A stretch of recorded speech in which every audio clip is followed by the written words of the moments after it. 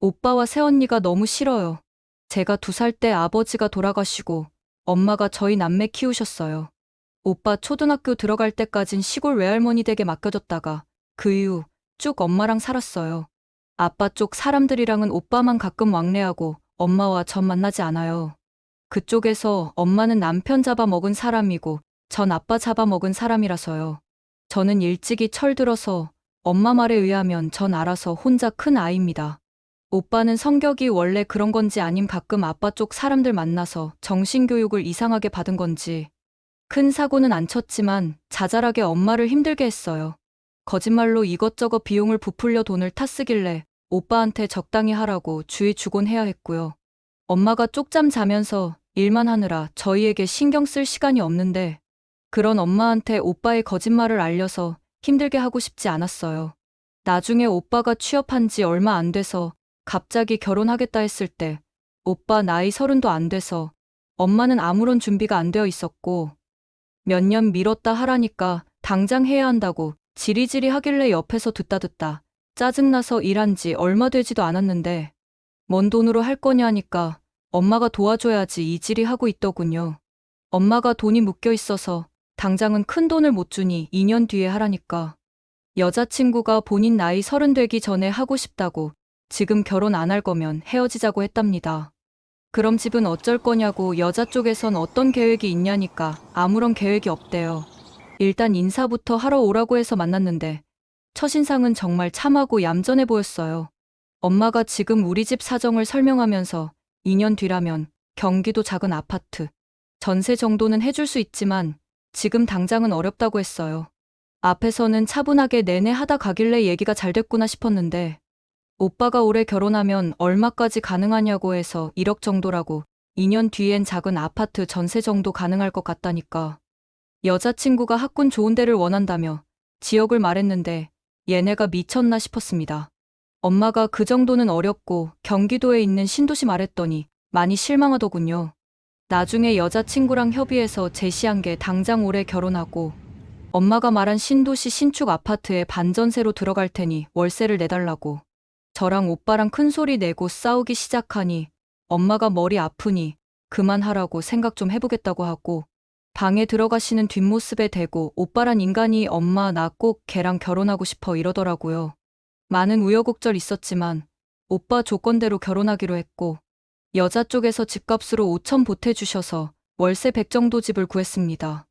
그 월세 아까워서 엄마가 월 100만 원씩 줄 테니 월세 적은 집에 들어가면 남는 돈은 너희가 쓰라고 했는데도 월세 100인 곳에 맞춰 들어가더라고요. 꼼꼼하게 몇 년 몇 월 며칠경에 얼마의 돈을 더 줄 수 있는지 확인을 몇 번을 했고요. 새언니는 낯가림이 심해서 저희 집 와서 거의 몇 마디 하지 않아서 저랑 엄마도 새언니가 많이 어려워요. 묻는 말에만 단답으로 대답해서 대화를 이어가기 힘듭니다. 엄마가 살림을 잘 못해서 만나면 거의 외식하고 집에서 먹어도 배달시켜 먹고 설거지 한 번 시킨 적 없어요. 그런데 오빠네는 엄마한테 받아가는 게 너무 당연한지 우리 집에 오면서 늘 빈손이고 집에 갈 땐 바리바리 싸들고 가고 한 번은 오빠가 저 없을 때 제가 쓰려고 사놓은 아베다 샴푸 세트 들고 가서 전화로 가져오라고 난리쳤더니 어차피 엄마가 사준 거제 돈으로 샀어요. 별것도 아닌 걸로 치사하게 난리라면서 전화 뚝 끊고 안 받길래 너무 빡쳐서 오빠네 집에 찾아가려다 엄마 보고 참았습니다. 그 다음부턴 제 방에 두니 감히 방까진 못 들어오더라고요. 제가 해외여행 다녀오면 엄마 돈으로 갔다 온 거 아닌지 의심하고 캐묻길래 내가 넌 줄 아냐고. 새언니 앞에서도 미친 짓 하는 꼴 안 보려면 적당히 하라고.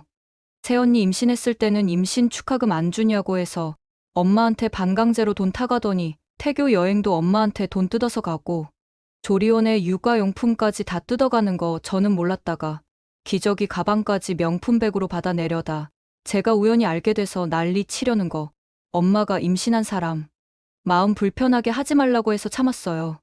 엄마랑 저는 명품백이 없어요. 엄마는 워낙 돈을 힘들게 버셔서 차마 그런 사치품을 본인 손으론 사지 못하십니다. 아, 맞다.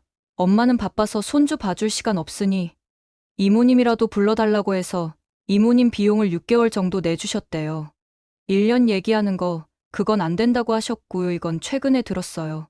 코로나 터지고 엄마 일이 휘청일 때 엄마가 돈 때문에 마음고생 많으셨는데 오빠는 빚쟁이처럼 엄마한테 약속한 집값 달라고 왔어요. 엄마가 예상치 못한 코로나가 터져서 당장은 힘드니 그 집에 2년만 더 살라고 100만 원씩 계속 주겠다니까 새언니랑 얘기하고 오더니 자기네도 집 사야겠다고 약속한 거니 그 돈 달라고 하더군요. 오빠 가고 엄마가 그날 참 많이 우셨습니다. 이게 마지막이라면서 약속한 돈만 주면 더 이상 지원하지 않을 테니 저한테도 참견 말라 하셨고요.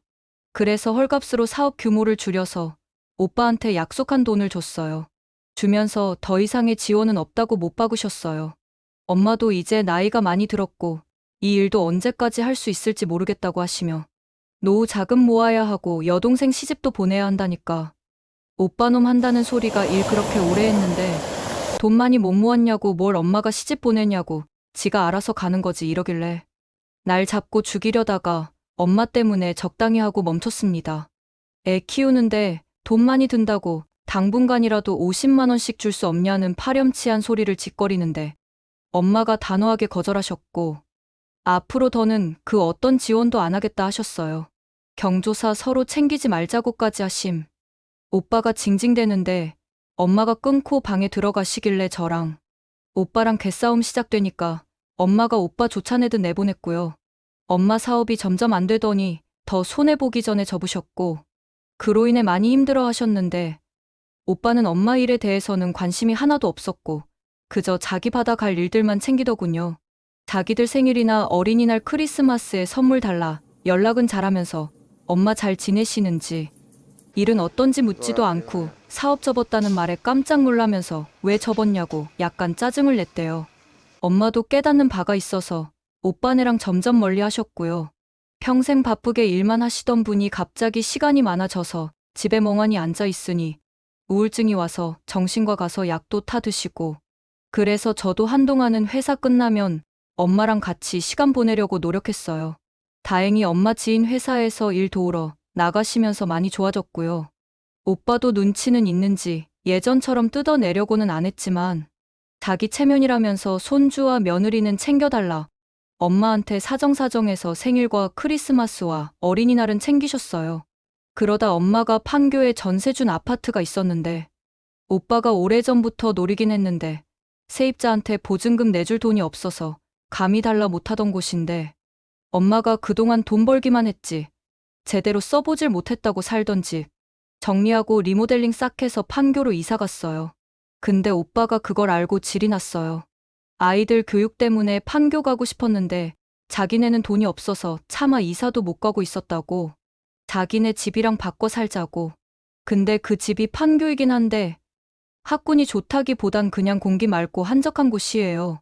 무슨 생각으로 집을 바꾸자는 건지. 엄마가 우울증 때문에 약 먹는다고 내가 말했을 땐 헐. 네가 옆에서 신경 좀 많이 써두려. 어디 싸돌아다니지 말고.